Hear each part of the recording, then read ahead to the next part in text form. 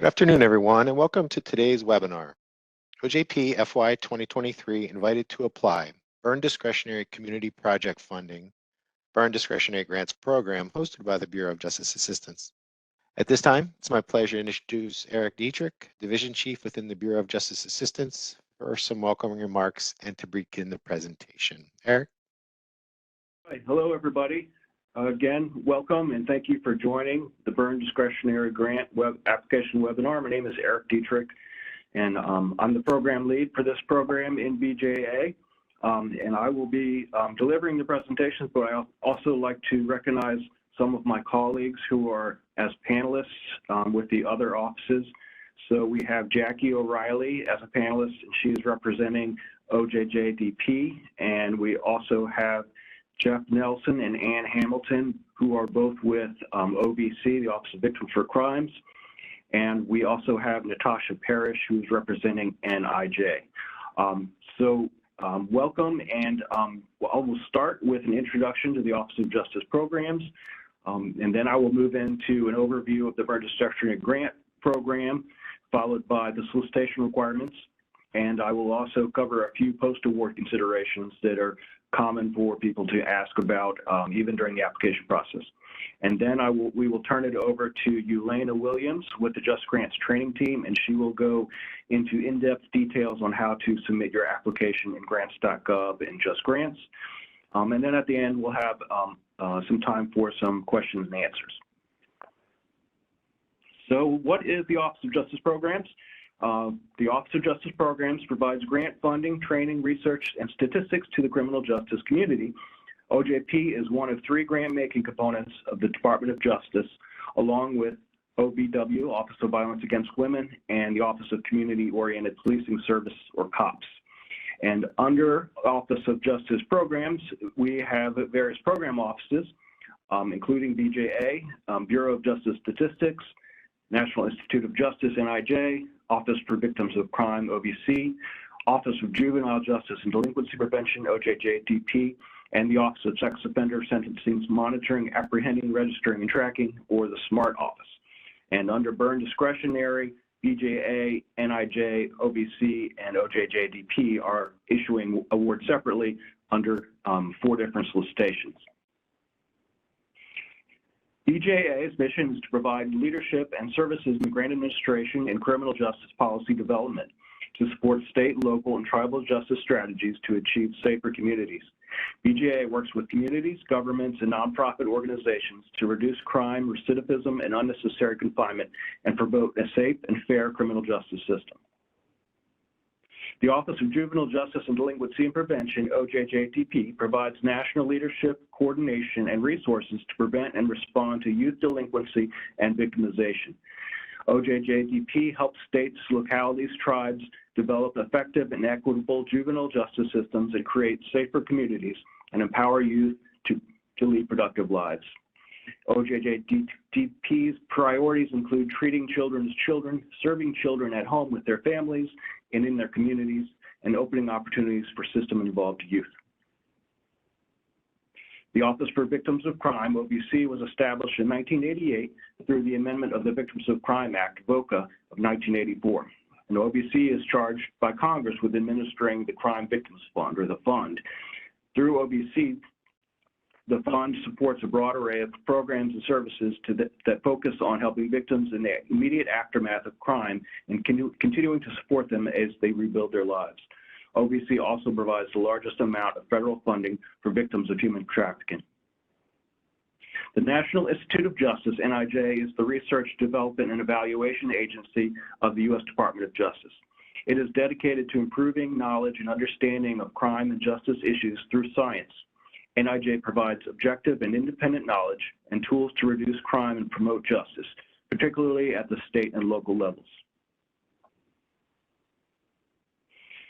At this point, we're going to drop a poll in the chat. If we'd be interested in hearing if this was your first time applying for funding from OJP, and if you answered no, if you've any previous experience submitting an application in JustGrants.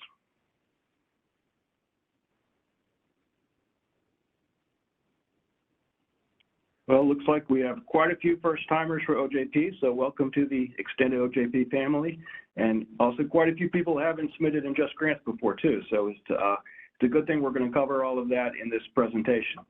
So I will go ahead and move on. So the FY23 Byrne Discretionary Grant Program, as I mentioned, BJA, OBC, OJJDP, and NIJ are funding a total of 268 projects divided up by topic areas. So we have 4 different solicitations open. And you received your invitation from the program office that will be administering your project. And we have here the opportunity ID numbers for the 4 separate solicitations. So the one tip that I wanted to provide immediately is make sure that when you are starting an application in grants.gov, that you are searching by the opportunity ID number that is for the particular program office to make sure that you apply the first step of the application, you apply to the correct solicitation. So I'm going to start with probably the most frequently asked question that we've received over the past couple of years since this program began, and that's, why do I have to apply again? The simple answer for that is that's because how Congress appropriated the funds, and that's why you have to submit another application, but I know it can kind of be confusing. So on this slide, I have just a very brief overview of how the congressional appropriation process works. So the congressional offices, sometimes last year, I know they solicited, community project ideas from their constituents. But what a lot of you probably don't know is that when they evaluate these projects, they do so under very general guidelines under existing federal grant programs among the different federal agencies. And then in some cases, they will run the projects by the federal agency to determine if there's an allowability. But then, ultimately they decide on the projects that they want to fund, and then when they appropriate them in the Consolidated Appropriations Act, they are authorized under the heading of a grant program. And so that's why we need this second step from you. We need the grant application, because once they authorize and appropriate the funds under the heading of a grant program, we will need to administer it as a grant. The Byrne Discretionary Grant Program, here, this is the overview. This is language directly from the solicitation, and most of this language comes from the public law. So in the public law, $229,551,000 is for discretionary grants to improve the criminal justice system, prevent or combat juvenile delinquency, and to assist victims of crime other than compensation.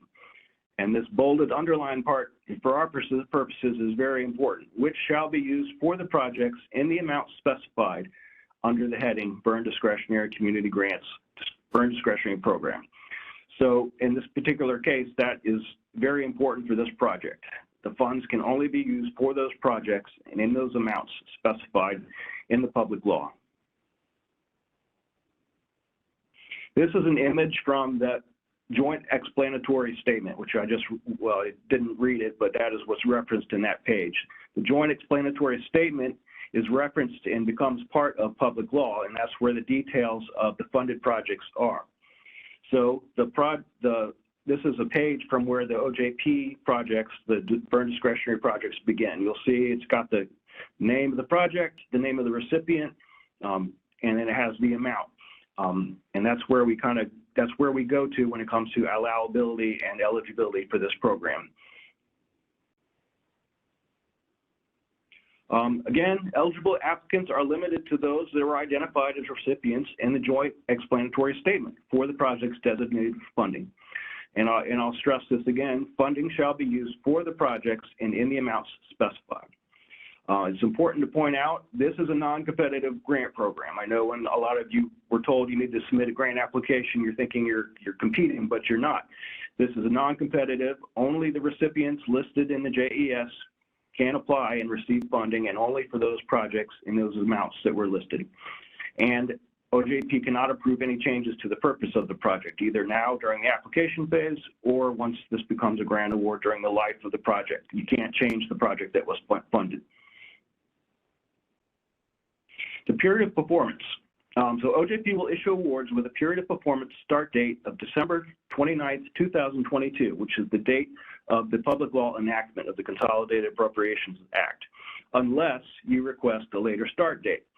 So if you do not have any need to potentially reimburse for costs obligated on or after that date, then you can submit in your application a different start date as long as it's the first day of a month and as long as it's no later than October 1, 2023. Applicants can request up to a 48-month project period.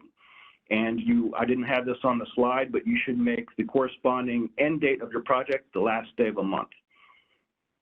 Costs incurred on or after the project start date, but prior to issuance of an award and approval of the project budget by OJP may be reimbursable, but are incurred at the applicant's own risk. What this means is that if you wanted to obligate funds prior to having complete access to the grant, you're doing so at your own risk, because we need to eventually clear your budget, and any costs that were going to be reimbursed would have to be in that approved budget. We have the application deadlines here. I have a note on here to make sure, if you have not registered in the System for Award Management, or if your registration is expired or is about to expire, make sure that you are starting that process. If you haven't already, start it today or as soon as you can, because of the delays with the transition to the UEI from the DUNS last year, and also a change in vendor with GSA, the SAM process is delayed. And so we're telling folks they should be doing this at least 30 days before the grants.gov deadline to make sure that they can become active and apply. The first deadline date is to submit in grants.gov by 8:59 p.m. on March 23rd, 2023. And then the second step of the application will be to submit in JustGrants by 8:59 p.m. on March 27th, 2023. But again, we encourage you to start well before and get your application in, because technical issues can happen at any time, but they tend to happen closer to deadlines. I will say another common question we get is, are we going to extend the solicitation? We most likely will not. We most likely will open up other opportunities in future solicitations if somebody is not able to submit by the deadline. The reason for that is that we cannot process any awards until the deadline, until the solicitation closes.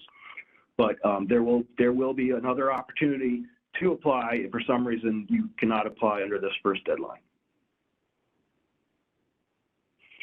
I'll now go over the mandatory application components. We'll start with the SF-424 and the SF-LLL, which are completed in grants.gov. That's the first step of the application process. And then in JustGrants, you'll complete the abstract, proposal narrative, the budget, financial management questionnaire, and the disclosures. And then there's two optional, there's actually three, I only have two on the slide. There's two optional application attachments that will be required depending on the costs and activities. And then there is also the third, which is not on this slide, is if your agency is designated as DOJ high risk, there's another attachment you would need to attach to the application. Of course, all of the information about these attachments is in the solicitation. And starting with the SF-424 form in grants.gov, this is one of the forms that you will fill out there. I'm not going to go over the complete details on the form. Most of it is self-explanatory, but I will say if you haven't completed one of these before, there's a link on this slide which takes you to a PDF document on grants.gov, which has every box from the SF-424 and explains what should be in the box. I will also say that only the highlighted fields are the required fields. You do not have to enter any information in the fields in grants.gov in this form if they're not highlighted. A few ones that we wanted to point out: box 8F is the POC name and email address, and you should enter the person there who is going to be responsible for completing the full application in JustGrants. Because once the application is transferred to JustGrants, that person is going to receive the email, and they will get registered in JustGrants if they are not already as the application submitter. Box 15, this is very important for this particular program. Because that project title is in the JES is public law, you have to enter that project title exactly as is in the public law, and that goes in box 15, which is descriptive title of the applicant's project. That should be the project title that is in the public law in that JES statement for your project. And then box 18A, that's the estimated cost box. And you would put the cost, which is the appropriated amount exactly, in box 18A, which is the estimated federal costs. You should not put any non-federal or any other costs in the SF424 or in your budget. One thing I should point out is that for many of you who have already submitted your SF424 in grants.gov, first of all, thank you. But also, once you're in JustGrants, you can edit any of the information you entered in the SF424. So if you're worried about how you had made a mistake, or maybe you didn't enter your project title exactly, you can change that in JustGrants in the application information page. This disclosing of lobbying form it's pretty self-explanatory. This is completed in grants.gov, but the most common question is, what do we put in box 10A and 10B, which is the name of lobbying registrant and the individual performing services. If your agency did not pay funds, its own funds, if you did not pay an outside lobbyist to lobby the government or Congress for this project, then you can just enter not applicable or NA in these boxes. You only need to enter information in here if your agency used its own funds to hire a lobbyist, and that lobbyist came to the federal government and Congress and lobbied for this particular project. And if that is the case, then you would enter that firm and that individual's information in this box. I have a reminder up here that, of course, using federal funds for lobbying or fundraising is strictly prohibited. So this disclosure form is related to your use of your own funds to hire an outside lobbyist, and it's limited to just this particular project. I'll now move on to the application components in the JustGrants system. I'll start with the abstract. The abstract is either cut and pasted from a Word document right into a text field in the JustGrants application, or you can type it directly in there. Below that, on this slide, it has the instructions right from the solicitation on what you should include for a good abstract. The application resource guide, which is linked to in the solicitation, has an example.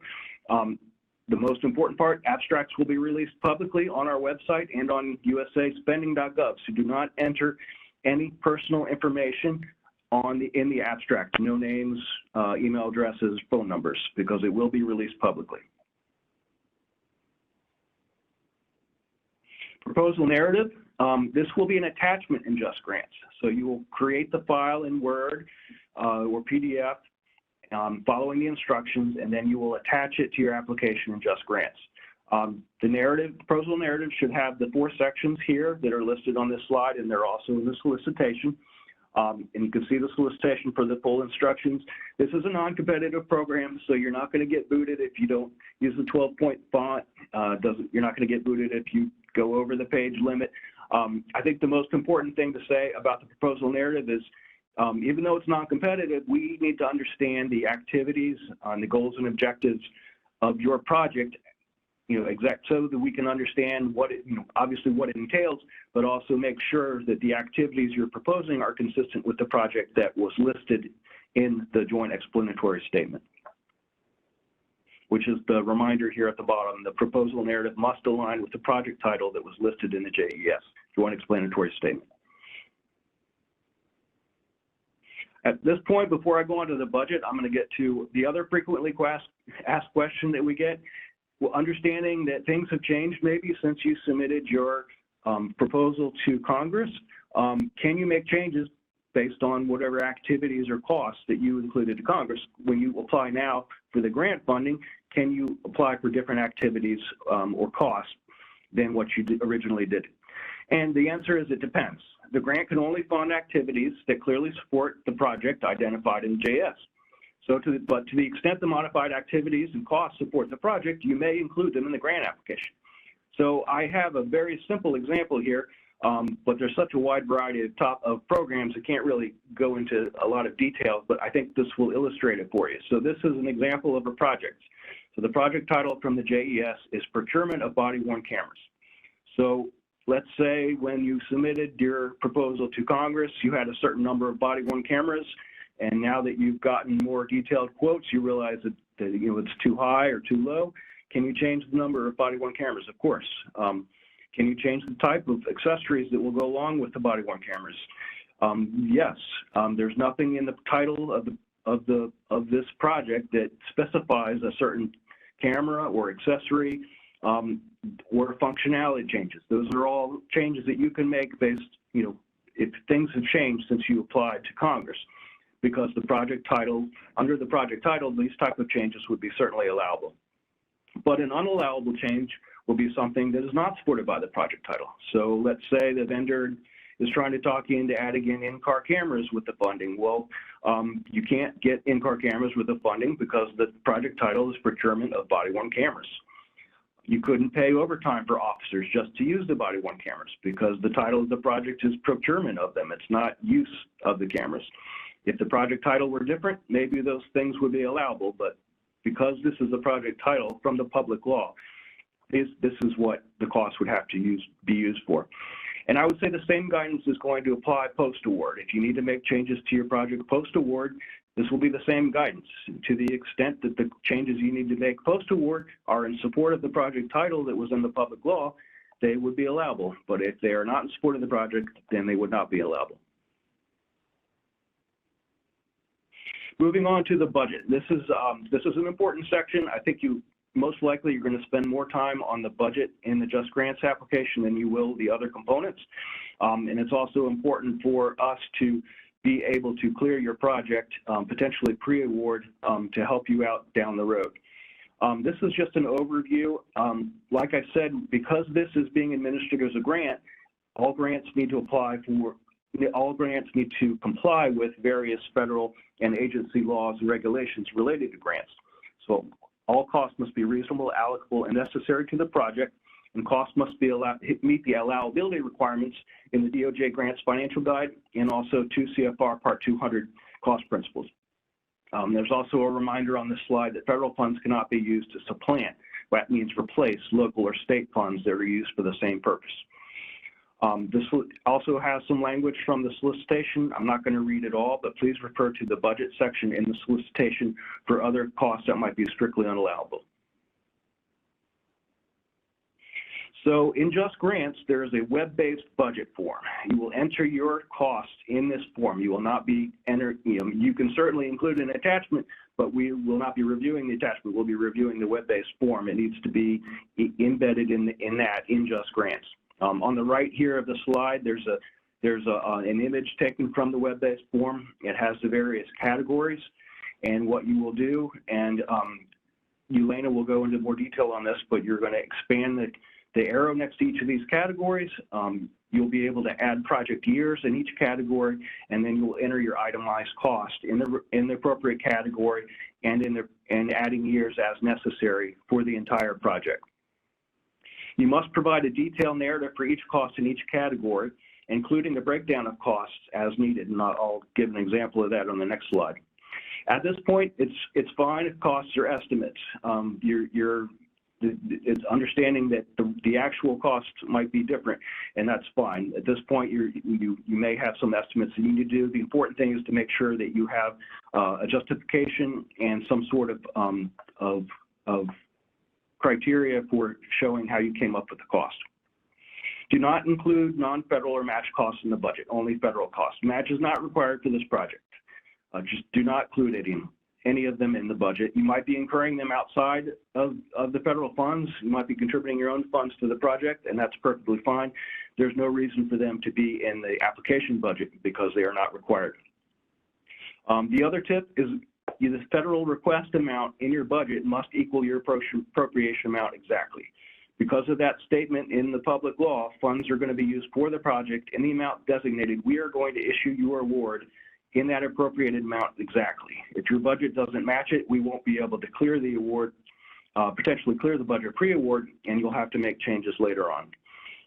And also, please refer to the solicitation and the application guide for full details on the budget. So I mentioned the process is called budget clearance. So OJP needs to clear your application budget. And ideally, we would do this when we process the applications so that when you receive the award, there will not be any holding conditions. If we cannot clear your budget pre-award, we will add a withholding condition that will prevent you from access funds until we can clear it afterward, which will require more changes to your budget. So these are a few tips to help you potentially get your budget cleared pre-award by entering the information correctly in the web-based budget form in JustGrants. The first tip that I have is what I just stressed. The federal request amount in the JustGrants application must equal your appropriation amount exactly. If you are $1 off in your budget and in your request compared to the appropriation, we will not, unfortunately, our system does not give us the flexibility to clear your budget pre-award, and we will have to send it back to you post-award to get you to correct that. So that's the number one tip. Detailed justification in the narrative section for each category. This is particularly important for us so we can kind of understand how the costs are supporting that particular project that was appropriated funding. So we need some sort of narrative to explain the costs and explain how it's contributing to your project.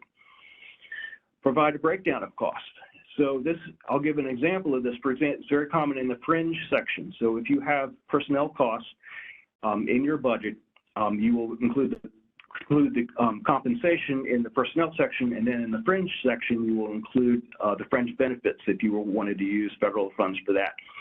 So you will include your total fringe rate for your agency. Let's say it's 35% will be listed in the itemized cost, and you will apply that to the total compensation.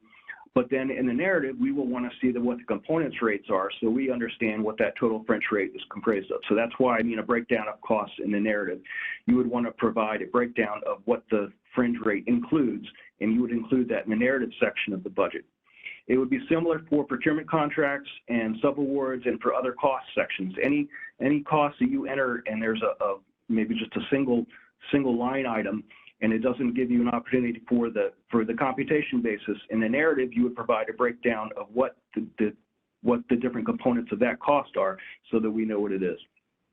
Do not include any unallowable costs or costs that do not support the project. So I'd refer you to the solicitation and to other lists of unallowable costs, and also remind you of the fact that any cost needs to contribute to that project title as listed in the JES. Include the cost in the proper category. For example, if there's a cost associated with a subrecipient, if you have a partner agency that you're going to be passing funds on to, and they have personnel costs, you would not include the personnel costs for the subrecipient in the personnel section of the budget. You would include it in the subaward section of the budget, and then you would provide a breakdown of that subaward. That's just one example of properly classifying your costs within the budget. Feel free to reach out to your program office when you have budget questions. Before you submit in JustGrants, we can actually go into your application in JustGrants when it's partially finished, and we can look at your budget to see what you've entered. So if you have any questions, feel free to reach out to your program office.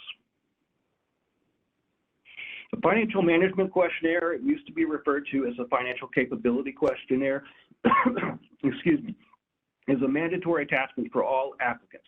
And what this is not built into JustGrants. This is a PDF web-based. This is a PDF form that you will fill out and attach to your application in JustGrants.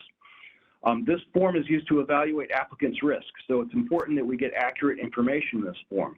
And it should be filled out by somebody in your agency who is very familiar with your financial management practices and your internal controls. So, for example, the finance director, chief financial officer, or a similar position, that's the person who should be filling out this form.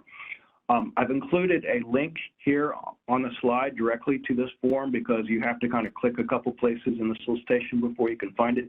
This is, if you go to this link here, takes you directly to that PDF form, and you can fill it out from there.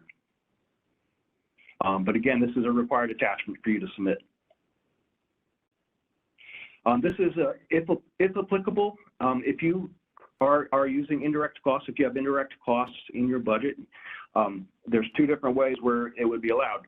One is if you have a current unexpired federally approved indirect cost rate with your cognizant federal agency. And if that's what you are using to charge indirect costs or propose to charge indirect costs to the budget, you must attach a copy of the agreement to your JustGrants application. On the other hand, if you're an agency that is eligible to use and elects to use the de minimis 10% indirect cost rate agreement per the 2 CFR 200, then you don't need to add attachment, but you do need to include a statement in the budget narrative in the indirect section that says that your agency is eligible to use and is electing to use the de minimis rate, the 10%. And then On this slide, I also have the definition of modified total direct cost, MTDC. This is the method by which you need to apply the de minimis 10% rate. And it's got the definition here. It's also in the financial guide. There's another common budget issue is if somebody's using an indirect cost rate, they are not properly charging it according to the base, according to what kind of rate it is. This is another attachment that may be applicable depending on the type of project you're proposing. It's the research and evaluation independence and integrity. This is for projects that involve research or evaluation.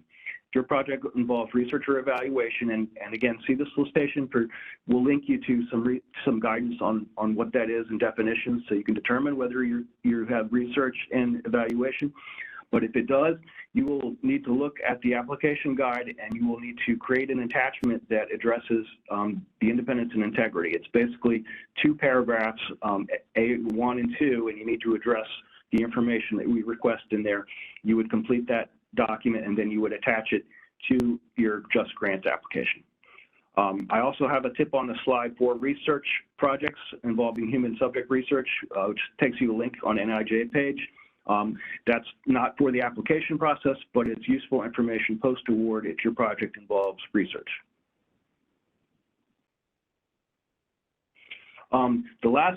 Well, I wouldn't say the last step, but you can do it anytime, but the application submitter, before they can submit, they will have to complete the disclosures and assurances which are built into JustGrants application.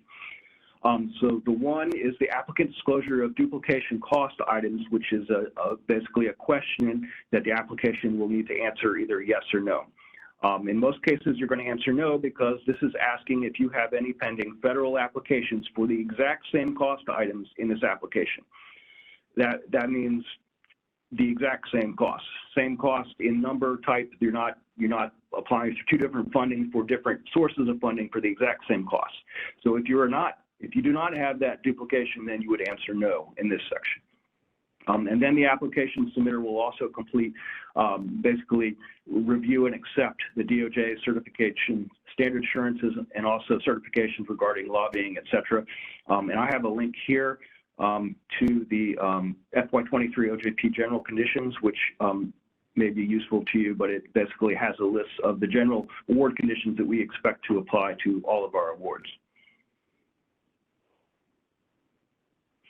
At this point, I pretty much covered all of the required application attachments, not in full detail. I'll still refer you to the solicitation and the application resource, but I wanted to cover a few post-award considerations because we frequently get questions about this even at the application stage. So access to funds. First of all, OJP will process awards on a rolling basis. We will start as soon as we can. We'll prioritize our award processing after the solicitation closes. Our official response is the notifications will be sent out no later than the end of the federal fiscal year, which is September 30th. But if you contact your program office, sometime after the solicitation closes, we can give you a better idea of when we will actually be issuing awards, which we hope to be well in advance at that time. Once the award is made, in order to access your funds, the following actions must be completed. You must accept the award. The authorized representative will accept the award in JustGrants. If there's any withholding award conditions, we will have to remove those. For example, if the budget wasn't cleared pre-award, we may have to make some revisions to the budget so we can clear the budget post-award and remove the hold. Your entity will need to be registered in the U.S. Treasury's Automated Standard Application for Payments, or ASAP system, which is what is used for drawdowns. If it's already registered, then you won't need to do that again. You'll just have to link we will just have to link your award to your current account. And then if there's any delinquent reports associated, for example, if the award is backdated, you might have to submit a backdated federal financial report. I'll also mention here a common question. Payments you cannot make advance payments against the award unless it's for 10 days of your cash needs. If you're going to draw down advance, you need to only take down what you need for 10 days. But if you are making payments on a reimbursement basis, you can pretty much just make drawdowns based on whatever your particular agency's needs are, quarterly or monthly or however you do your drawdowns on a reimbursement basis. This slide has information on procurement. So federal grants have various procurement requirements, which are in the financial guide and 2 CFR. Probably the most important is competition, free and open competition. States and territories do not need to follow the federal grants requirements for free and open competition. So they need to follow their own standards. Almost all of their own standards are applicable to grants. There's a few sections of the federal requirements where states and territories follow, but it's not the competition section. But all other grantees must follow all of the procurement standards in 2 CFR, and that includes the requirement for free and open competition. And your grantees will need to, except for states and territories, must request prior written approval from OJP before they execute a sole source. That's a non-competitive contract over $250,000. NEPA is the National Environmental Protection Act, and it requires federal agencies to see if there's any environmental impacts before you make a decision. In this case, it's issuing grant awards. So if your project is one that would potentially have a NEPA impact, there may be an additional hold and an additional steps you need to take post-award so we can determine whether there is an impact or not. And if there is impact, we'll have to have an environmental assessment conducted. So this could be projects involving construction, renovation, use of chemicals, drug disposal. These are the type of projects that may require some sort of NEPA approval process post-award. I'll have a link on the slide to the full NEPA guidance that's on the BJA website. We will, like I said, if a project involves a NEPA activity, there will be holding conditions, and then we'll have to we will help you post-award to address whatever needs to be addressed, whether it's getting categorical exclusion or completing an environmental assessment. Reporting requirements for your grant when it's logged, it's similar to our other awards. You're going to have quarterly federal financial reports you're going to submit in JustGrants, and you're going to have semi-annual performance reports, which will also be submitted in JustGrants. Changes, you can request changes post-award. I mentioned that a little bit earlier. And in JustGrants, we use grant award modifications or GAMs to make changes to grants. This could include a budget modification, a change in project scope. You're eligible for up to one time, up to 12-month project period extension. Of course, if you're seeking a non-competitive contract, there's a sole source approval. And then there's a programmatic cost GAM, which is for other costs that may require our prior approval. As I mentioned with the change scope, you can request changes of scope as long as the change of the scope and the change of the costs are consistent with that project title that is listed in the JES. We cannot change the project title. We cannot change the purpose of the project in any way that doesn't support the project title that was in the JES. At that point, that completes my portion of the presentation. I know my colleagues have been answering a lot of questions in the chat. So I think at this point, our plan was to move on to Elena, and she will continue on with the JustGrants portion, and then we'll have some verbal Q&A at the end. All right. Good afternoon, everyone. Can you all hear me? Yes, we can hear you. Certainly. Awesome. All right, and I'll go ahead and share my screen. All right, awesome. Well, good afternoon, everyone, and thank you again for having us. My name is Yelena Williams, and I, along with Lisa Hartman and Leanne Christopher, are here today to provide you with foundational knowledge about submitting your application in grants.gov and JustGrants.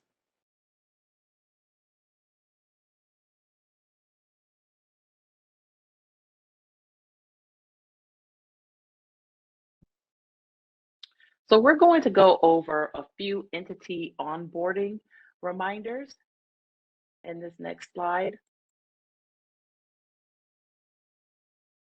So if you're new to JustGrants system, here is a visual roadmap that can help you be aware of the steps that are needed to get through the grants process. Grantees will first want to register with SAM.gov. Designate an eBids point of contact in SAM.gov and make note of your unique entity identifier or your UEI. Now, to locate an opportunity for funding, also known as a solicitation, you will need to open grants.gov, search, and select the funding opportunity for which you would like to apply. Now, during the process of beginning your application in grants.gov, you will be required to complete certain forms. You'll complete the SF-F2, 42F, there we go, 424, and then SFLLL in grants.gov, It's important to know that if you do not have final budget figures or have not yet determined the amount of funding, you are welcome to submit preliminary figures and update your entries in JustGrants prior to submitting the complete application at DOJ. Now, while the information you include in the SF-424 in grants.gov will be sent to JustGrants, you will be able to adjust and edit that information in JustGrants. The SFLLL will be sent from grants.gov to JustGrants as a PDF file, and you will not need to complete that form again. Now, the bulk of the application is entered in JustGrants. It is here that you will enter a proposal narrative, proposal abstract, budget detail worksheet, goals, objectives, and timelines. The person that is identified as the SAM.gov eBids point of contact will automatically become the JustGrants entity administrator. And the person that is listed in grants.gov as the application submitter will automatically become the application submitter in JustGrants. Now, if either of these people are not intending to fulfill these roles in JustGrants, they can be reassigned once they have logged in to JustGrants.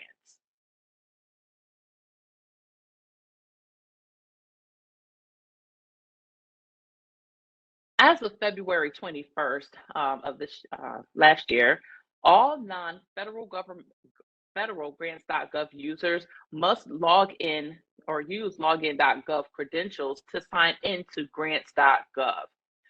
This change to the grant.gov sign-in process, it improves user security and complies with Executive Order 14028, improving the nation's cybersecurity. Login.gov allows users to access multiple government websites, including grants.gov, with a single username and password. To link your existing grants.gov account with login.gov, you can follow this three-step process. Well, first, you want to click the login.gov button on the grants.gov login screen. Second, complete the login process on login.gov using login.gov username, which is an email address, and password, or create an account.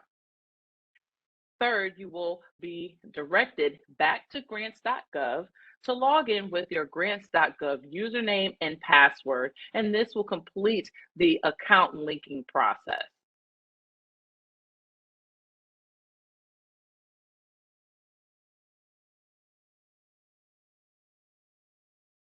Effective Monday, April 4th, 2022, entities can no longer see or use the DUNS number anywhere in SAM.gov.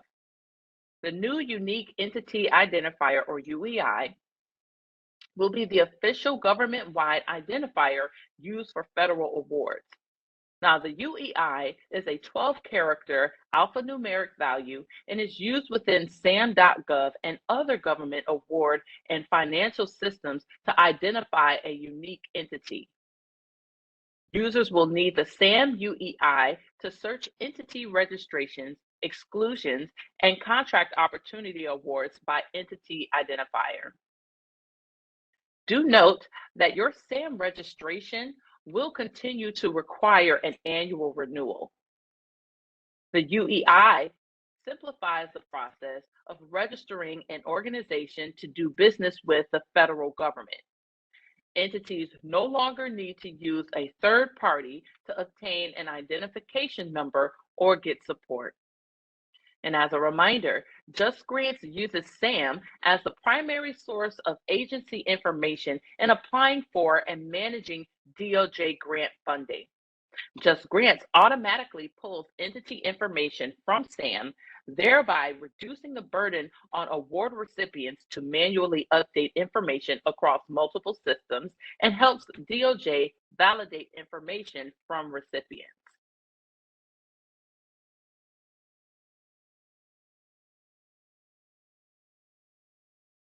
Now, to find your UEI in SAM.gov, you will need to log into your account and locate the active bubble in the Entity Management widget. Select it to open your current SAM.gov registration record.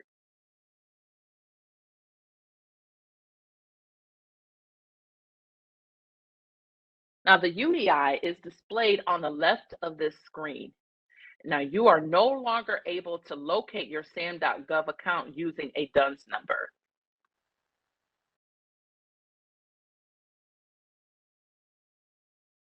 In JustGrants, once you open the Entity Profile menu option, your entity information is displayed. JustGrants retain the DUNS number and it is in the center top row. Your UEI is directly below it. Now, do note that if you registered in SAM.gov after April 4th, you will not have a DUNS number and this section will not appear.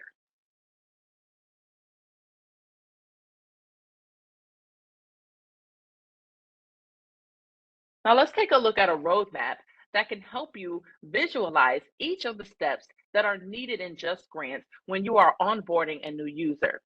First, the entity administrator will log into Diamond to set up each new user.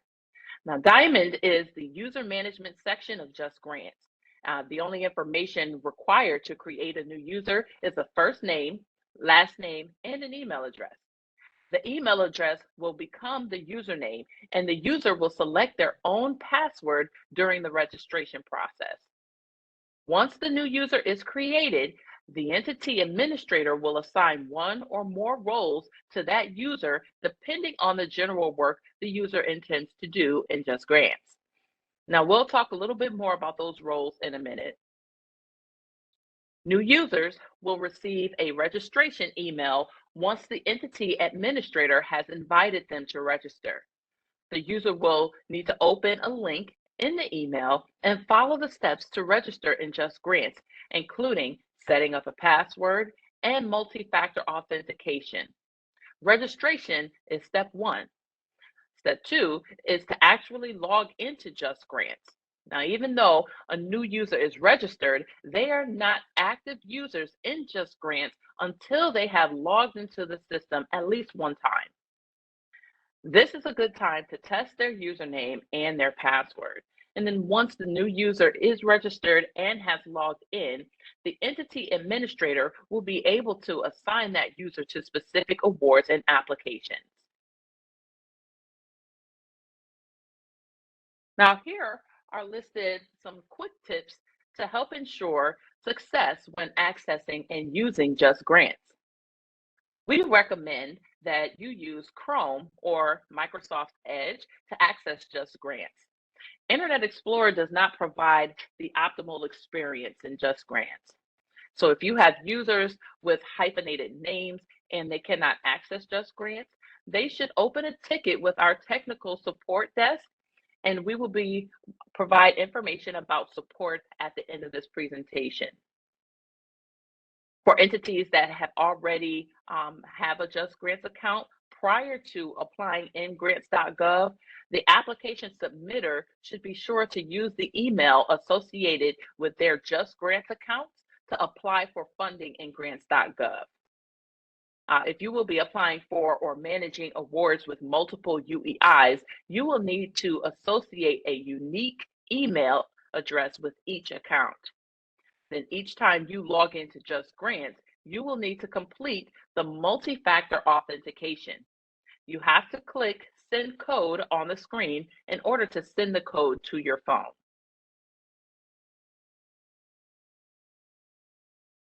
Now let's take a moment to review the roles that play an important part in their areas.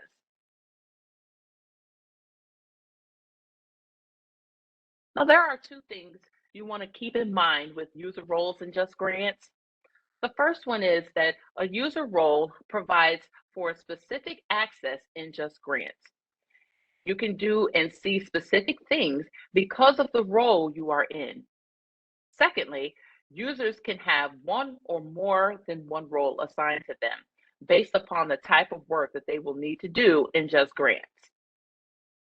Now, we have talked quite a bit about the entity administrator role and what the basic tasks are for that person.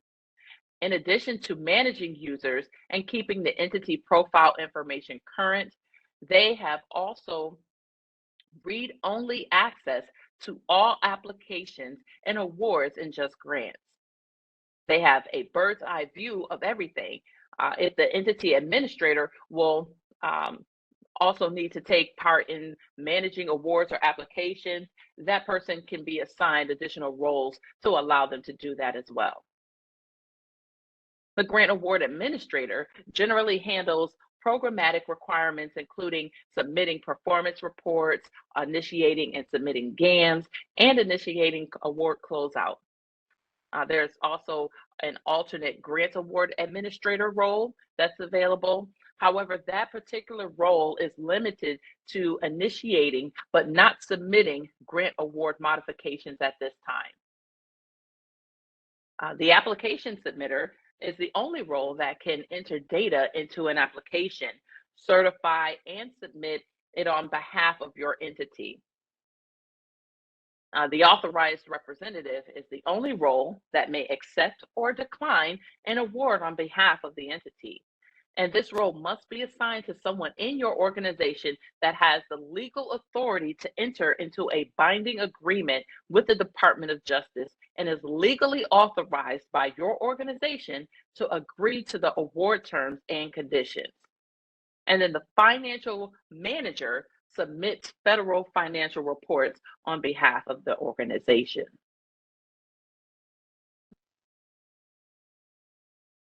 Now, there are three roles involved in an application submission. The application submitter role will be the only person in JustGrants that will be able to submit an application. And an application submitter profile is automatically created in JustGrants when the application is submitted in grants.gov. The person submitting the information in grants.gov is then assigned to the application in JustGrants. If another person will enter application information in JustGrants, the entity administrator will need to reassign the application to the next person.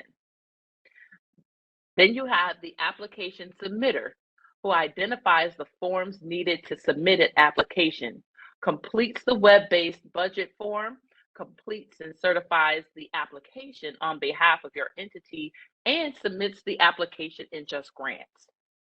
Now, if a member is assigned only the application submitter role, they will not be able to see funded awards in JustGrants. It is possible to assign multiple roles to the user with the application submitter role, if that is what your organization prefers to do. Then the authorized representative, that person is authorized to enter into a legal agreement on behalf of the entity. Because the authorized representative is selected from a list of active users during the application process in JustGrants, that person must be onboarded prior to submitting the application. The entity administrator manages users and roles in JustGrants. There can only be one entity administrator in JustGrants at a time. It would be best, however, to discuss who might act as a backup entity administrator in the event the primary entity administrator goes on vacation or if they're on extended leave. And you want to do this prior to leaving the organization for any amount of time, because then the acting entity administrator must be reassigned that role.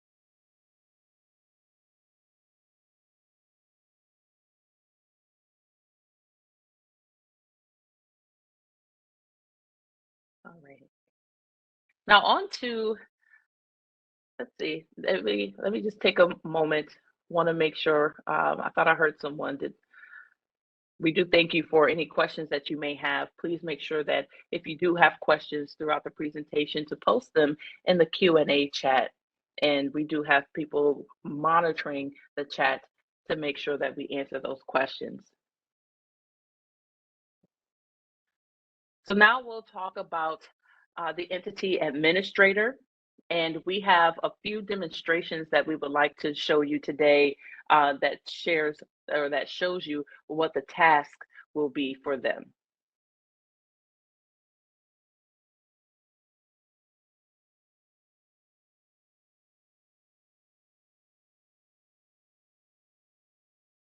So we're going to take a look at this first demonstration on how to add a member to the system.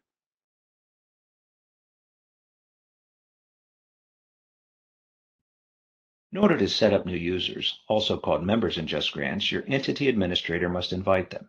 From the JustGrants homepage, the entity administrator can open the Entity Users menu, which shows all users registered and logged into the system. At the top of the screen is a button to manage users, which only the entity administrator will see. Click this button to open the tiles for JustGrants and Diamond. Again, only the entity administrator sees the Diamond tile. They could also see the Diamond tile when they log in, so if they like, they can go straight to Diamond upon login. Now, to invite a new member, you want to use that Invite Member tile. Once it opens, you'll need to enter the email address and confirm the email address.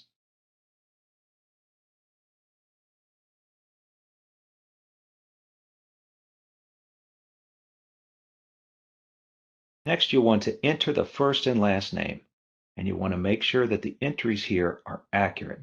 You will not be able to edit this information in the future. So if any of the information here is not accurate when you submit it, you'll actually need to return and then remove the member and start over again. Now, once the member information has been entered, it's time to assign roles. You can use the drop-down menu to select the roles to assign to each new member. It's a really good idea at this point to assign as many roles as you think might be used in the future, even if they will not be performing that role initially.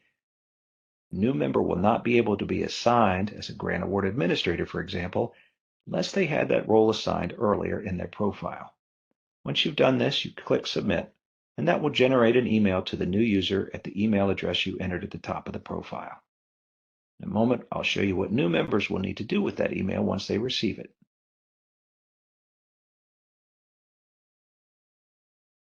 All right, so once a new member is invited, they will then need to register their JustGrants account. And we're going to take a look at what that process looks like right now.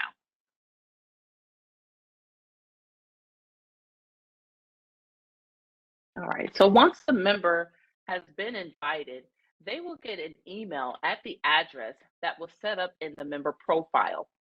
The member will then need to take action within 72 hours of receiving the invitation, or it will expire. If the invitation expires and an entity administrator, they can re-invite them, and we can show you what that looks like in a moment.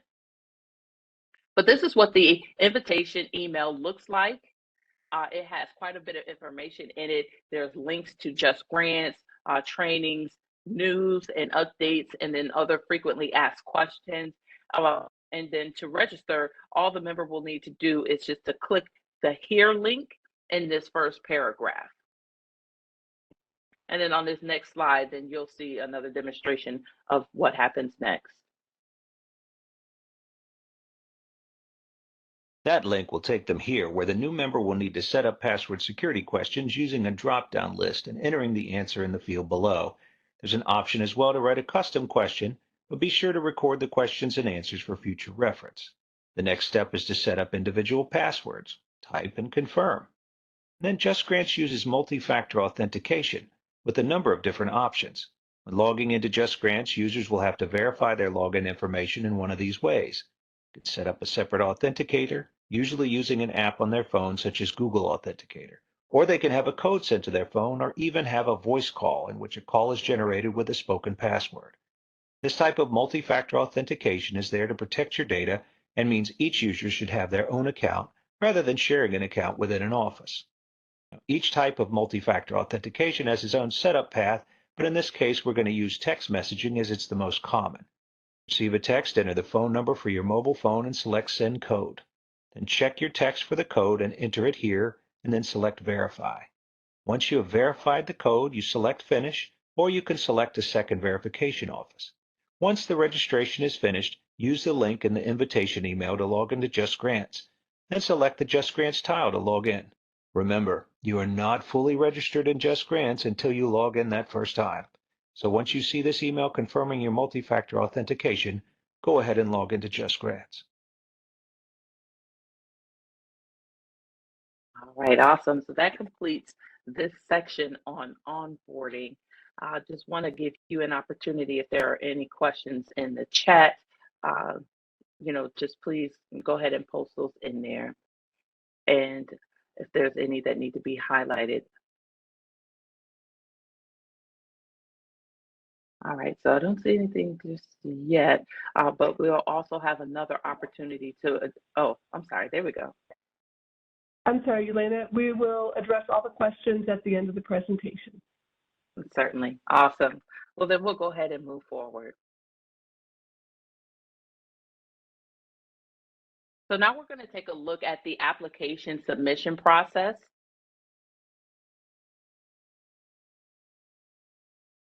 And on this slide, you'll see the grants life cycle and what that involves.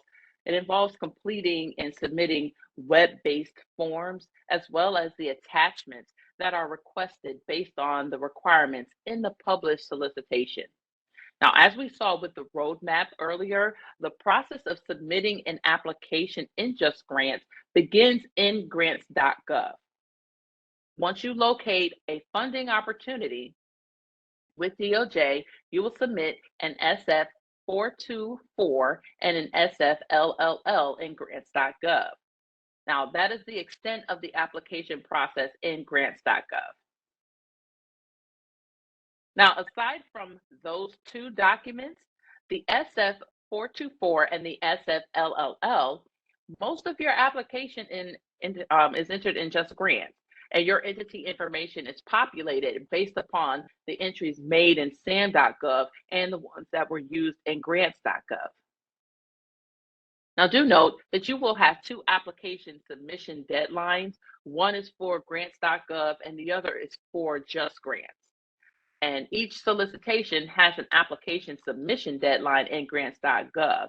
Now, after this date, the solicitation is removed from grants.gov and no one will be able to apply any longer. So it's highly recommended that you check the due date in grants.gov and try to submit at least 72 hours prior to the deadline to provide you with enough time to correct any errors and resubmit if necessary. So once the application has been submitted and validated in grants.gov, it will be sent to JustGrants for completion. And that can take several days for grants.gov to complete validations and then release it to JustGrants. JustGrants has its own submission deadline that allows additional time to complete the application past the grants.gov deadline. So submitting early in both systems is definitely recommended. For example, if you have a due date in grants.gov that's April 1st, the JustGrants deadline is April 7th. And if you submit it on March 15th, then you still have time until April 7th to submit that JustGrants application. So the JustGrants submission should include all items that are required in the solicitation, and the JustGrants application submission is then final. Again, it is okay to enter preliminary information in grants.gov if you haven't fully determined your budget or your project scope, but you will be able to edit and update all your entries in JustGrants. It is not necessary to return to grants.gov to make those updates there. Within JustGrants, you will find a streamlined process where you can use a web-based budget detail worksheet that is both more efficient and establishes a shared structure and a narrative for all of DOJ.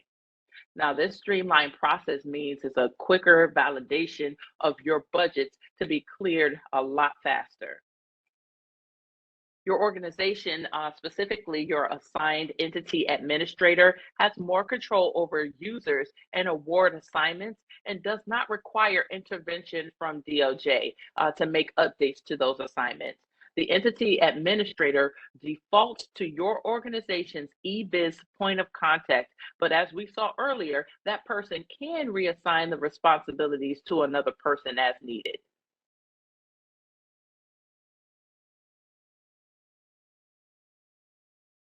All right, so the grants.gov login is separate from JustGrants. Now, grants.gov provides access to funding opportunities from multiple government agencies and is not managed by DOJ. Now, we will provide a training video from the grants.gov website in a moment, as well as show you some screenshots of the site. However, if you have questions about grants.gov, you will need to contact them for support. Now, you will apply by selecting the opportunity in grants.gov for which you'd like to apply. You will log in using the email address you want to receive notifications, and then there is a workspace icon that will allow you access to funding opportunities.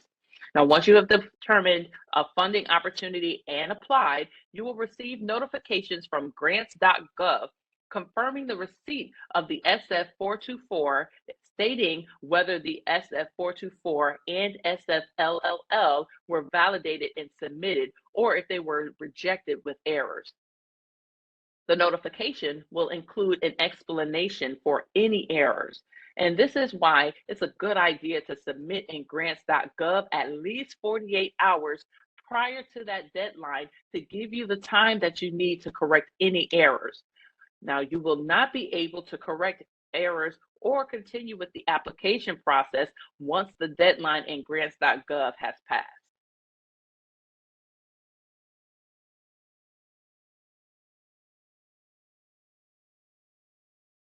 All right, the grants.gov training. This includes instructions on how to register in grants.gov, the various user roles associated with the system, and then how to search for a federal grant, then how to begin the application process. So what's coming up next is going to be a short video from grants.gov that covers an overview of what the registration process looks like.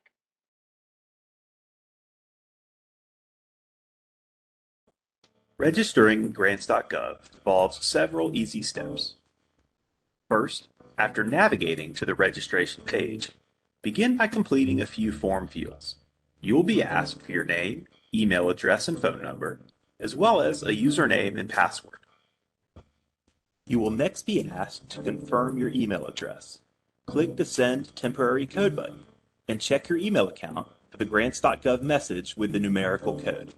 Use this code to confirm your email address. If you don't see the message in your inbox, check your spam folder. At the end of the registration process, you will have an option to create a profile. If you only want to receive grants.gov emails and subscribe to funding opportunities, you can forego creating a profile. Applicants will want to add either an individual applicant profile or an organization applicant profile. To create an organization applicant profile, the applicant must enter the organization's Unique Entity Identifier, or UEI, along with a profile name and a title. The UEI is not applicable to individual profiles. Grantors who are registering with grants.gov will need to contact an agency representative to request that they be affiliated with the agency.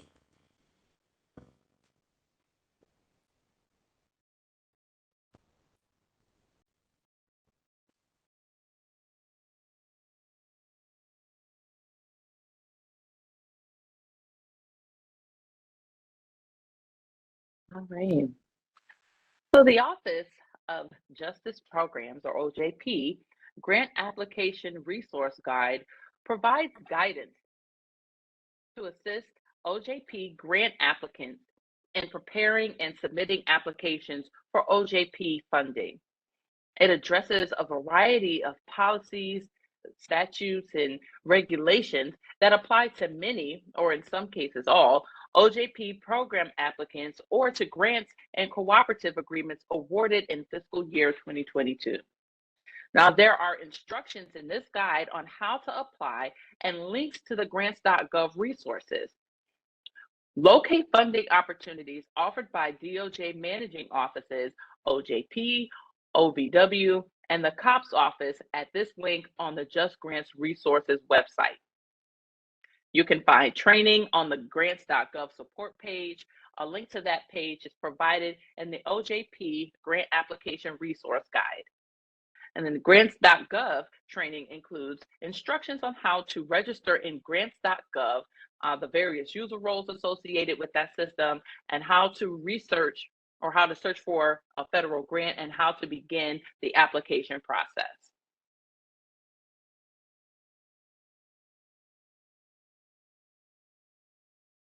To search for an opportunity, you can use the Search Grants tab at the top of the page. You can filter the search by opportunity ID and not by the solicitation title to make sure you are applying to the correct solicitation for this year. Once you find an opportunity you would like to explore, select the opportunity number to view the requirements.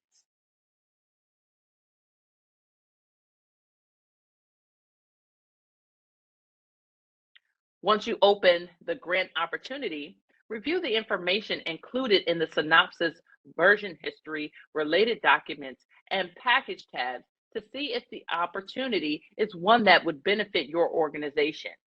If you choose to apply, select the Apply button.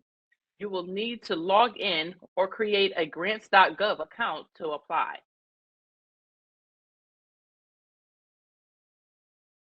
Now keep in mind the person's name and email that you put into section 8F on the SF424 form.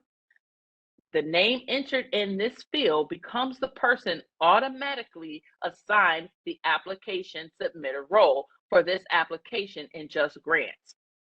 The application submitter is the only person who can complete the application in JustGrants.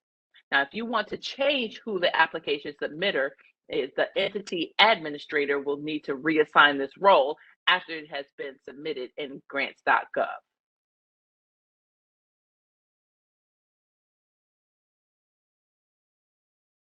Now, if you go to the Track My Application section, you can track everything for your status information. You can check if your application has been received, validated, rejected with errors, retrieved by agency, and the agency tracking number assigned.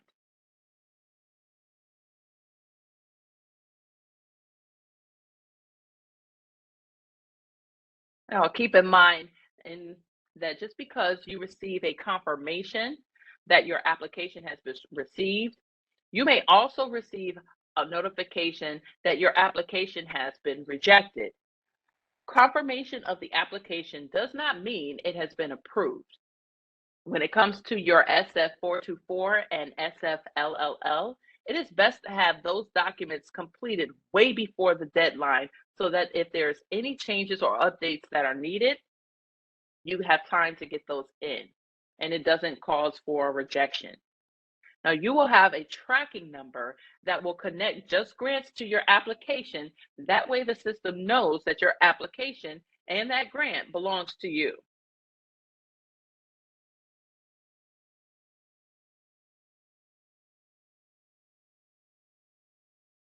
Once the application is moved from grants.gov to JustGrants, the bulk of the application work begins.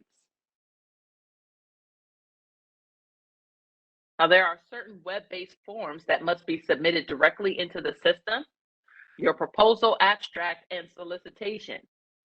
For those who are return users, you will need to submit your goals, objectives, deliverables, and timeline just like before.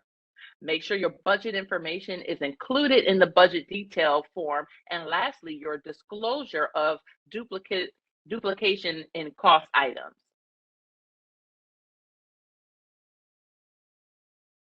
We'll now take a look at the application submission process.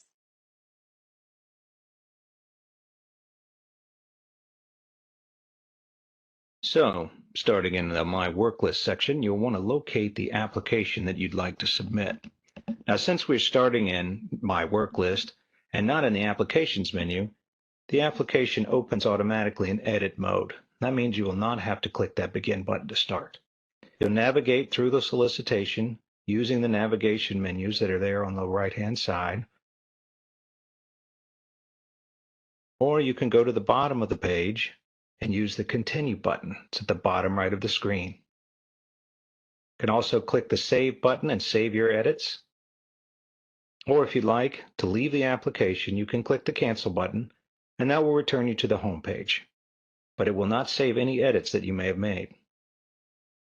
Now, it's important to understand that each application will require different information, so the menu options that you see on the right here will vary based upon the solicitation requirements.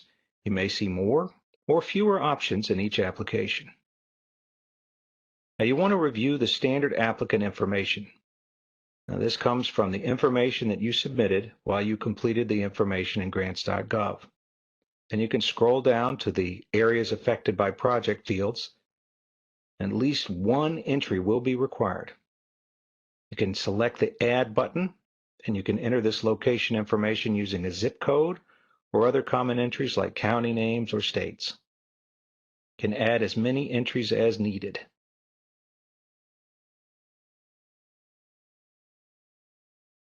Next, you'll want to scroll down to the application type. Now, the application type information is populated from the SF424, but you will be given an opportunity here to edit that if needed.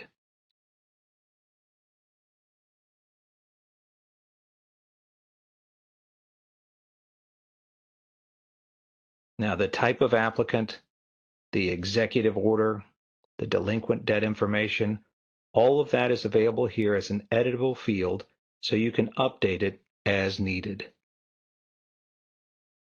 Now, scrolling back up and using the menu options, we're going to move to the next step.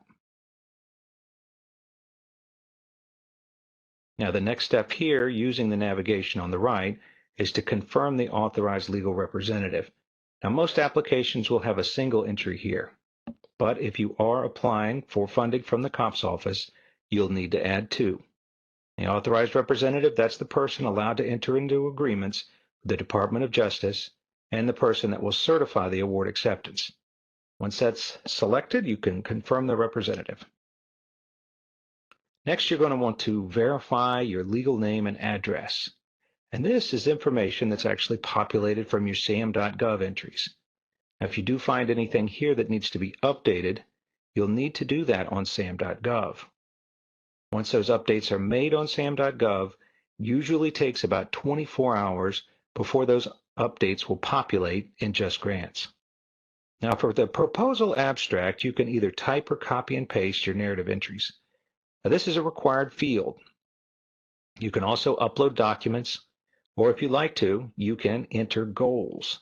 Now, when you select the New Goal link, you'll see that fields that you will need to complete automatically populate for each goal.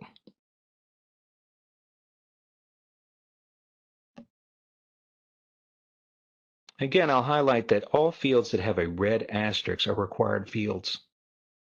Now, you can enter in goal statements as a narrative, you can enter in objectives and deliverables, or if you'd like to remove any of those elements, you can simply use the trash can beside it and it will remove them.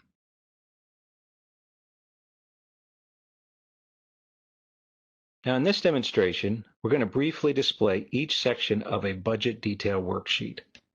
Now, again, the specific categories that you see here, they're going to vary from office to office and from application to application. They're based upon the requirements determined by that specific solicitation, so it's very unlikely they will match yours. As you pass through each one, you'll notice that a green check appears to the left. That indicates only that that section has been visited. It does not indicate that it is completed. You'll find that the information here works very similar from category to category, allowing you to either enter in narratives directly or upload files much as you could in the earlier sections that we viewed.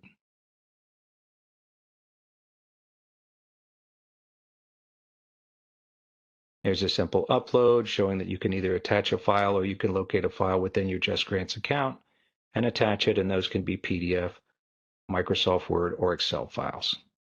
Now we're moving to the Memorandum of Understanding section and other supportive documents, where you again can see that you can upload files that you need. Now, if you do use an Excel file for the time being, we do recommend that you do not use macro-enabled Excel files. Now, in the additional application components section, there are options for file uploads that are based upon the categories of documents requested.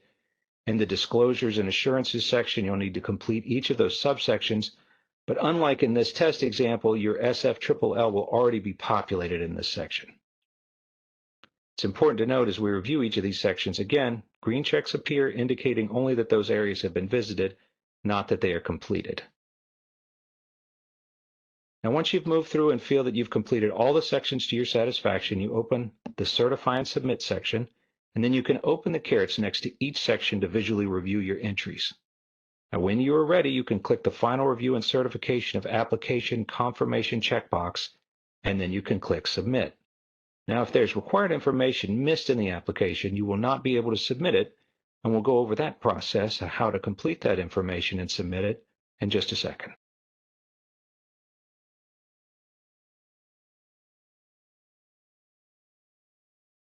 All right, so if you click, we're taking a look at some of the application submission tips, but if you happen to click more than once, then it will submit multiple submissions and you will be asked to withdraw any duplicates. Right?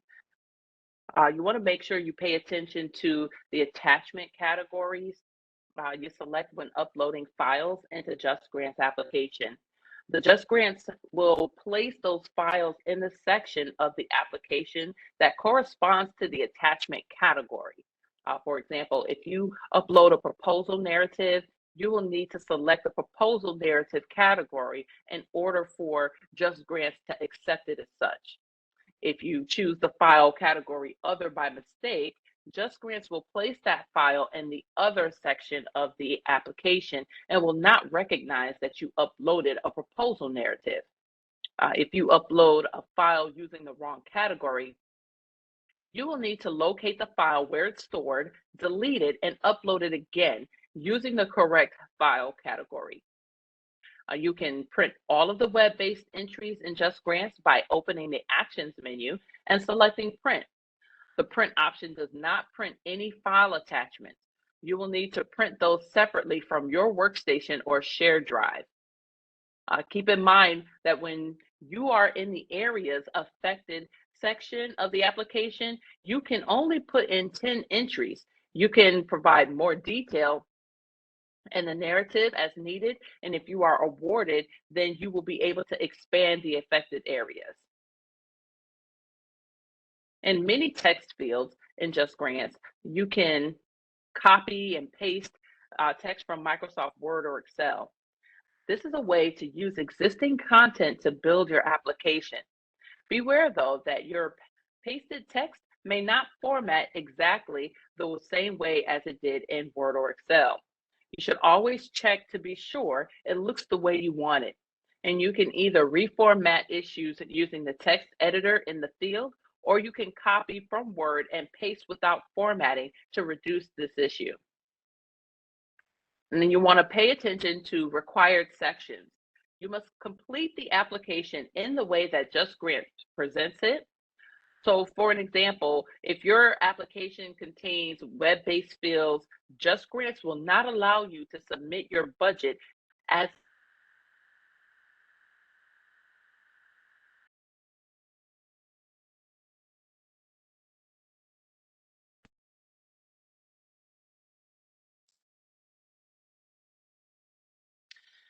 at the last step in application submission, you will be presented with the Certify and Submit Accordance list displaying all application materials.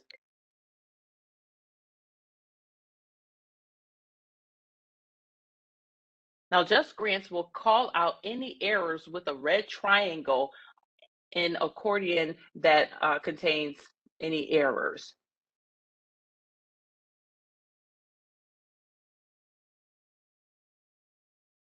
All right, so with application validation errors, you will see a red triangle next to any validation errors. You will open that list of errors by clicking the caret next to it. Open it to expand the list. Second, the error message list will report back any validation errors that you will need to resolve in the application. Then you will need to open the application to resolve any errors, and then you can check the certification of application confirmation checkbox and then submit.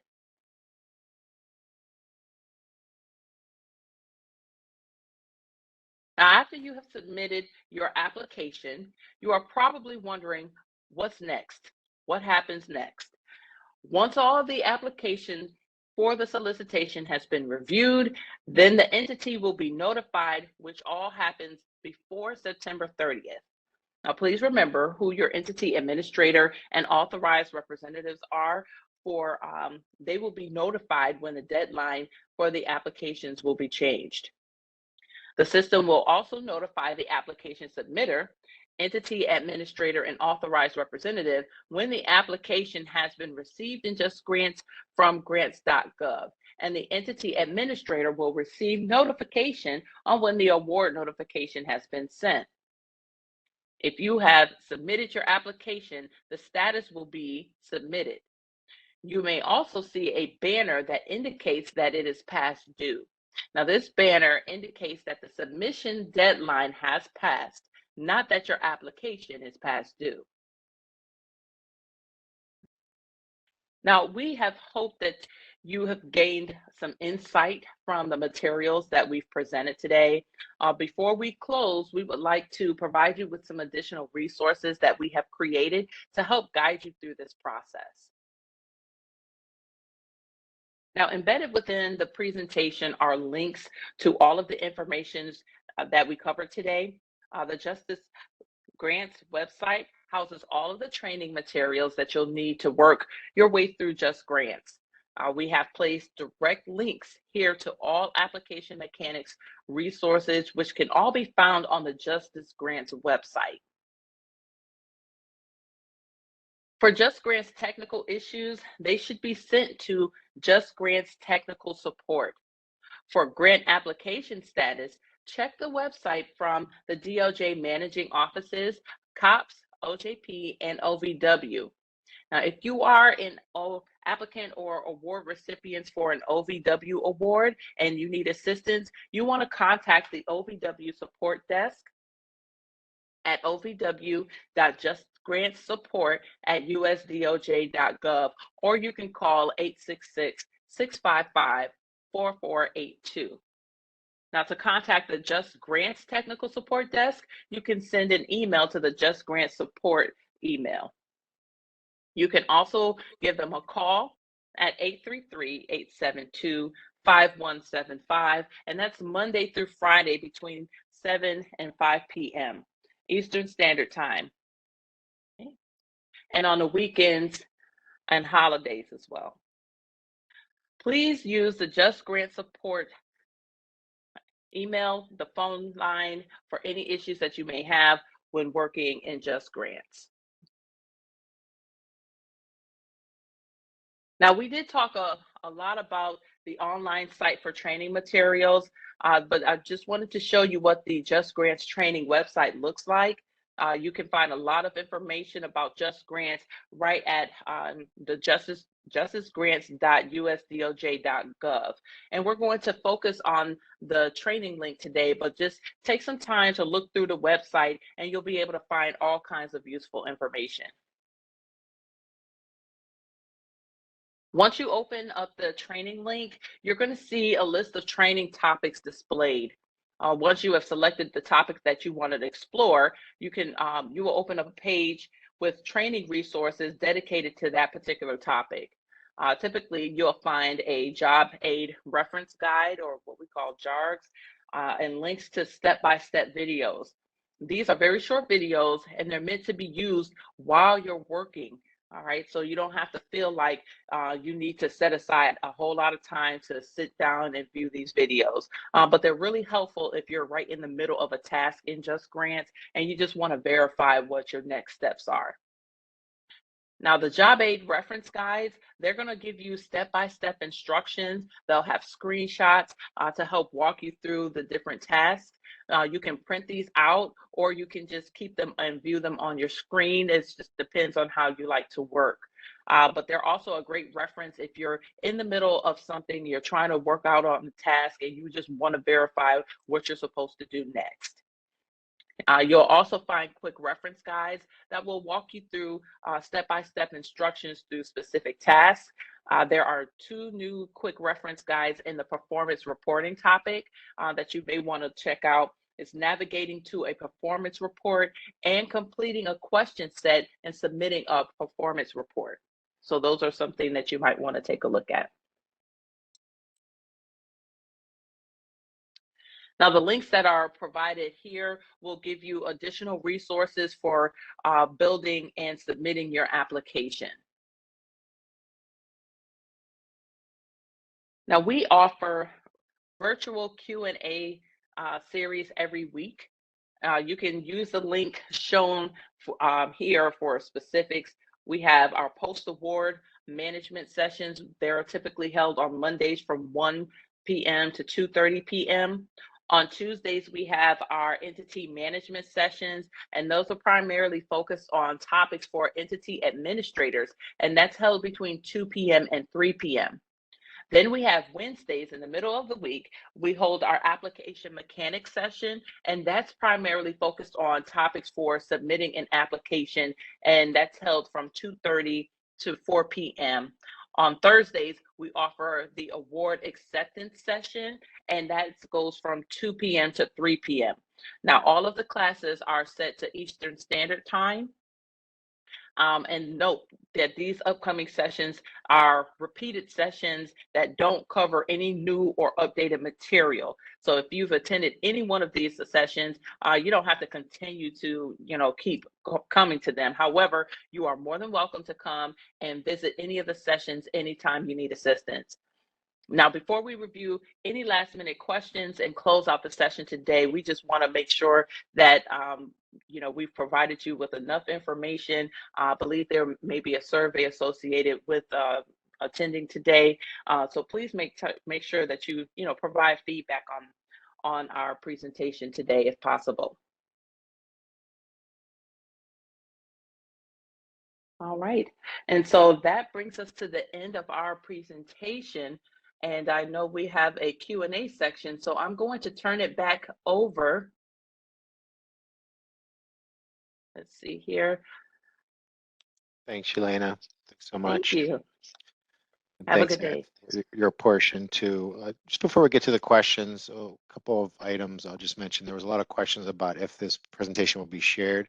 Yes, the PowerPoint recording and transcript for today is going to be posted to the BJA website, usually in about 7 to 10 days or so, ideally earlier. Everybody that's registered today will receive an email where they can locate those items. So do be on the lookout for that.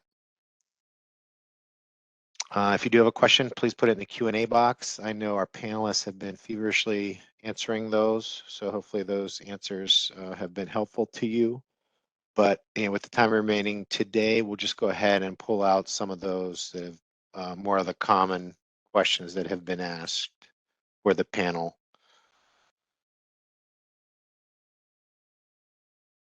And Sure, I can do that. Hello, everyone. This is Leanne Christopher. So, Daryl, I can review some of the questions that are still here. Certainly. Yeah, thank you. Looks like this one was just answered, but we'll ask anyway. Is the application filing name on grants.gov our organization name?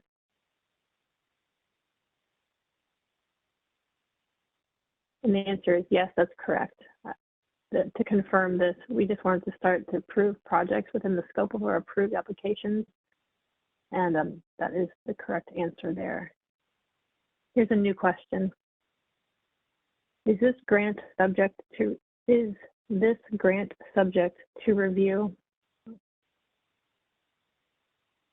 by state under Executive Order 12372 process? Yes, Might be this to Eric. program is subject to that. Yes, it is subject to Thank that you. as long as your state participates in it. Thank you. There were a couple questions around the start date, which we can summarize verbally here as well. And that start date can be December 29, 2022 or later. Here's a new question. When do we need to send our application or project to the state ref intergovernment review? It does say it is subject to EO. Is it only for certain types of projects? Yeah, I answered that in the chat, but the CFDA listing is where it's listed whether a particular grant program is subject to the EO or not. And this grant program is subject to the EO. And if your state participates in it, then when you are completing the grants.gov portion of the application, you would submit whatever is required by your single point of contact in your state. And then you would enter that box in the SF 424 that you did present that you did submit that information to your SPOC, and you would enter the date in the box. I'm going to work upward through a few chat questions that came in. Here's a two-part question.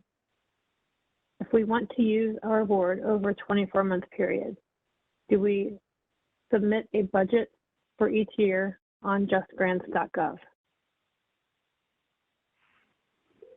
Yes, if you submit a 2-year project period, then you would, and when you fill out the web-based form, you would have year 1, and you would enter the cost for year 1, and then you would submit, and then you would add year 2, and you would have the cost for year 2. Thank you. And follow up, how do we request reimbursement for project expenses?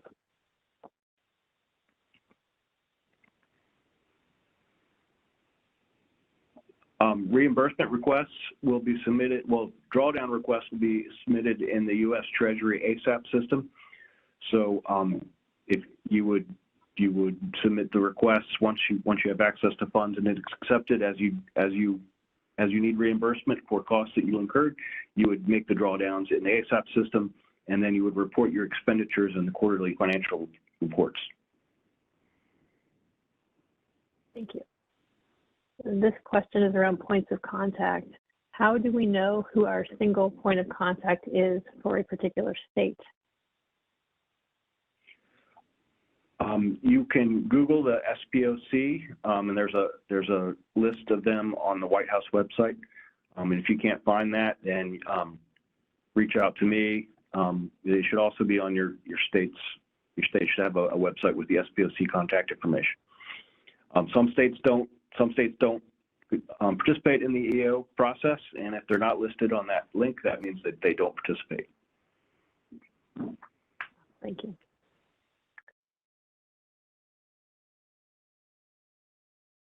Another question around reimbursement. You likely covered it in how you described it before with the drawdown, but can we also request reimbursement on a monthly basis? Yes. Okay. Yes, the duration of reimbursement is up to your agency. Frequency of reimbursement, I'm sorry.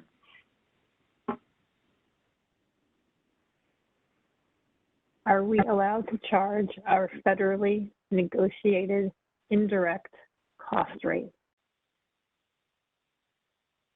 Yes, you are. You would include that indirect costs in your application budget, and you would attach your current rate agreement with the cognizant federal agency to your application.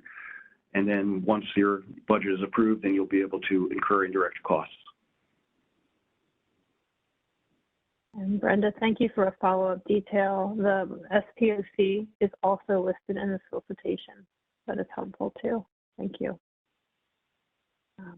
For BJA, where can we find the exact project title? And I imagine that ties to the same question around points of contact and SPOC. So within the solicitation is the best place to look. Yeah, the exact project title is in the joint explanatory statement which is linked to the solicitation, and then we also had a link to a PDF document that's posted on our website that has a list of all the project titles. Do we have to follow a bid process when getting quotes? If we need to get multiple bids, such as state bids? It depends on the amount of the purchase or the contract in question. You can refer to the 2 CFR guidance and the financial guide, the links on the page I had about procurement, to see to what extent, but generally free and open competition is required for grant funded purchases.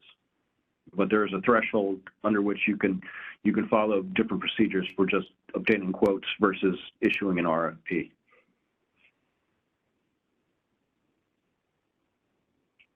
Thank you. I'm going between the Q&A and the chat, and I think we're caught up. So there aren't any new questions that haven't already been answered.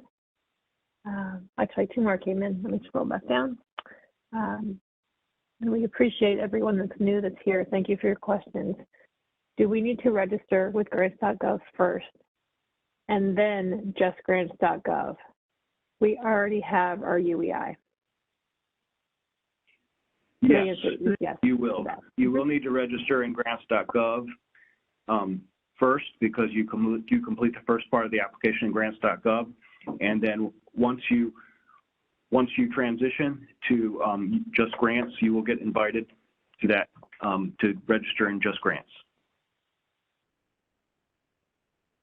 Will we receive instructions on how to submit monthly invoices for payment?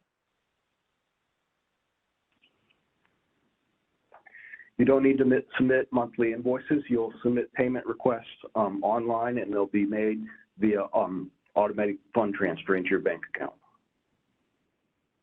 And the length of time for that deposit to go through, that was a follow-up question also. Should be a couple days. It's still electronic transfer.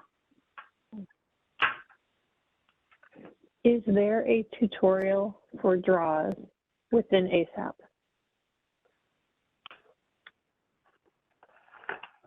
I'm not sure about that.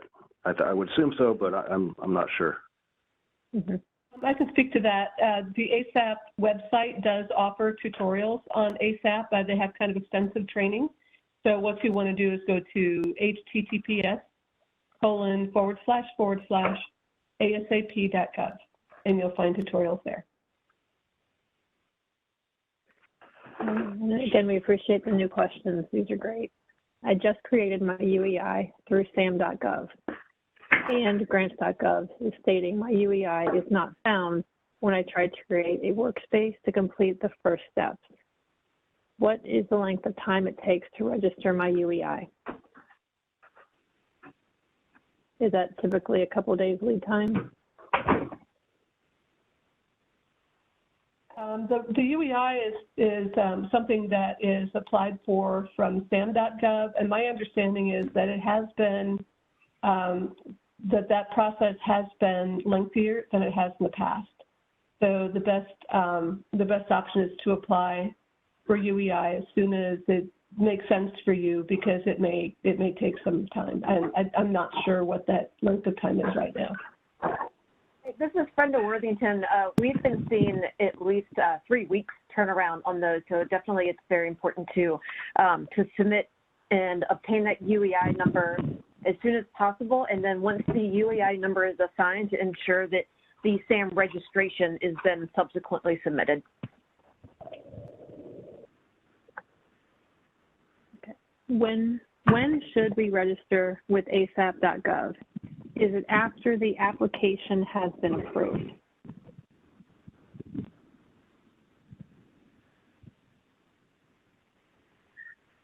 Yes, it's after the award is accepted. After the award is accepted, the entity administrator, which is the SAM eBiz point of contact, will receive an automatic message inviting them to register in ASAP. Thank you. And the link has been provided in the chat. Thank you. Do using federal cooperative opportunities, such as Federal Supply Service, via GSA meet solicitation requirements? Or is that the threshold dependent as well?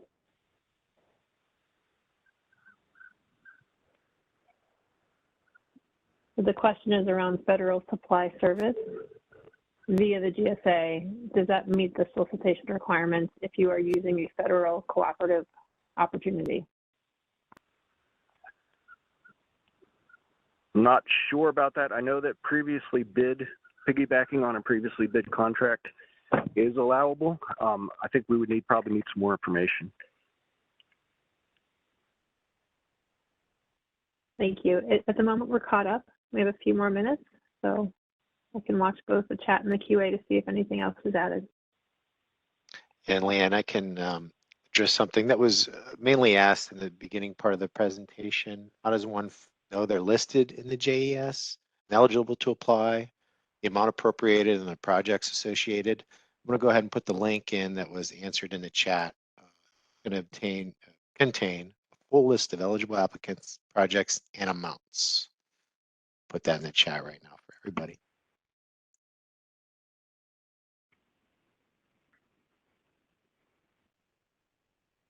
Another question, great question. Can one person have multiple roles?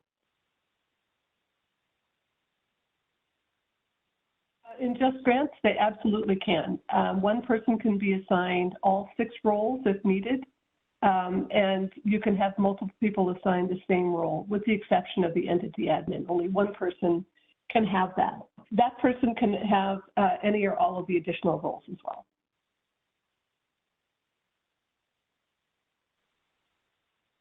Okay, another one came up, thank you. It was mentioned that if you were in a state or municipality, you were subject to their purchasing rules. If your municipality allows purchasing cooperatives, is that allowed?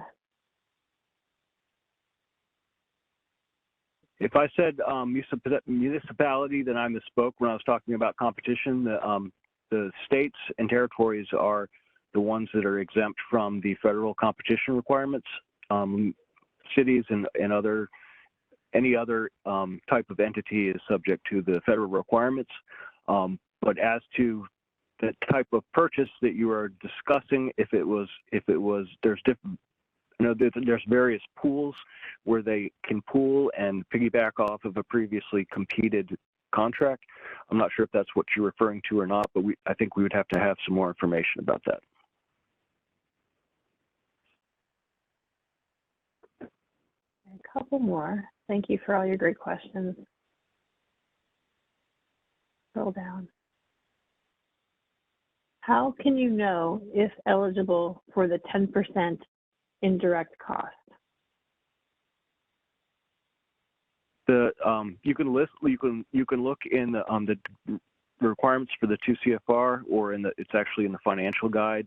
But essentially, if your agency does not currently have a rate agreement with a federal agency, most likely you are eligible to claim the de minimis rate. Okay. Thank you for both the Q&A and the chat for the links provided. A lot of good resources there. It looks like things have been covered. And then one further question around purchasing.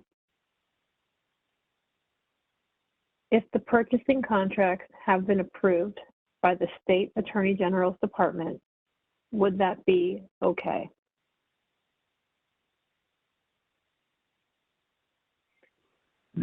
Again, I think I'd have to have more information to be able to answer that. Elaine, you can email me separately so I can get some more information.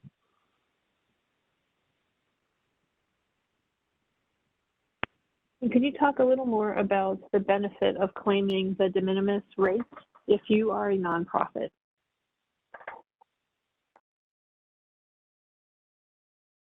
Hi, this is Brenda Worthington.